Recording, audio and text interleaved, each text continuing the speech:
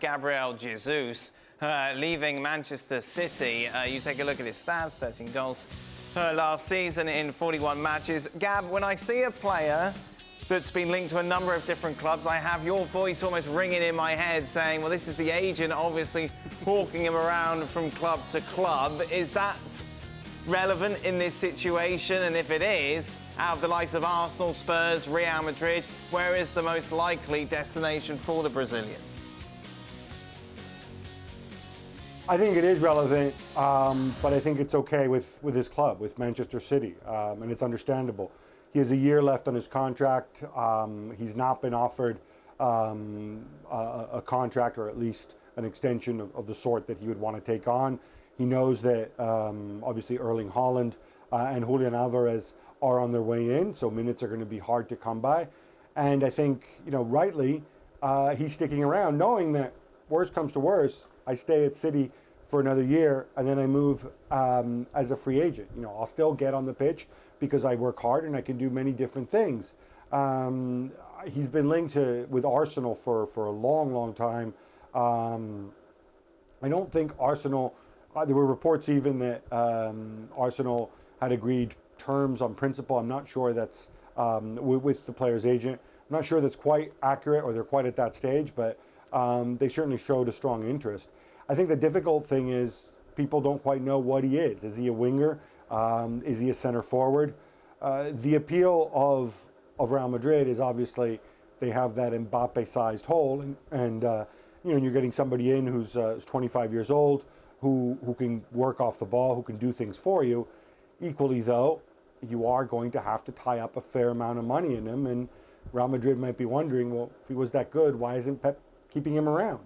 And does he necessarily fit the kind of football that we're playing here under Ancelotti, the kind of football that we want to play? So I think it's a bit complex. I think his representatives are casting a wide net. And I don't think that, there's this tremendous interest where people feel like they have to get the deal done now. Neither, I think, does Gabriel Jesus necessarily feel that he needs to get this done now. Like I said, he's a year away from free agency.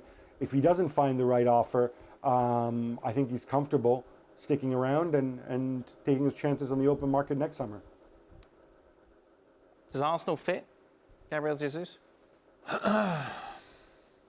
It's a difficult one. I mean, they need to get players in that are going to fill that position for sure. I mean, they've got some youngsters that have filled the wider positions and Odegaard behind. Clearly, Aubameyang and Lacazette, two experienced players. Lacazette not so much in the goals. Aubameyang disciplinary issues towards the end, as we know, not playing particularly well. I agree with Gab. I think if I was Jesus, I think I'd be inclined to sit and wait. Okay. Particularly with a year left. See what comes along? Yeah, I think I would. Now, whether Man City try and dissuade him from doing that by suggesting there won't be many minutes of game time, I don't know. That is a ploy that could be used. And of course, their squad is going to be bolstered by some new signings. But it's a difficult one for the player because he's good enough to go somewhere and become this striker again that we know he is, but has been utilised in many different positions and has actually done a good job, particularly on the wide left area. It's whether he could persuade him to go to Arsenal where, is it all about the project? Right. I think if I was him... He knows Arteta though, wouldn't he? Well, he knows Arteta from his time there, but, at the end of the day, Arsenal are a long chunk off challenging for major honours. Let's be frank about it. But there aren't many big clubs that Gabriel Jesus comes in and starts. Exactly, and that's the thing. I think this is a good fit. This is a good opportunity for Gabriel Jesus right now. And listen, I understand you wait a year, you go out of contract, but to your point, in a year's time, I'm not sure that opportunity, even at a club the size of Arsenal, is necessarily there. If Gabriel Jesus doesn't go there this summer and they fill that void, who right now in 12 months' time can we say, yeah, they'll be looking for a striker in 12 months' time? And it's just a bit of a gamble for a player who hasn't seen a lot of minutes the last couple of years. We'll see even less minutes this year. Could be a World Cup winner, though. It's a gamble. It's a gamble as we sit right now. Gab? No, you just quickly, I think part of this, you have to look at the fact that Sterling, if he does stay at City, we're taking it as read that he's not going to get minutes, but remember, Mahrez will obviously be a year older. Raheem Sterling has a contractual situation as well. So I think the minutes may be there to be shared around. We're not talking about a guy who's a week in, week out starter. And, you're talking about him playing center forward at Arsenal.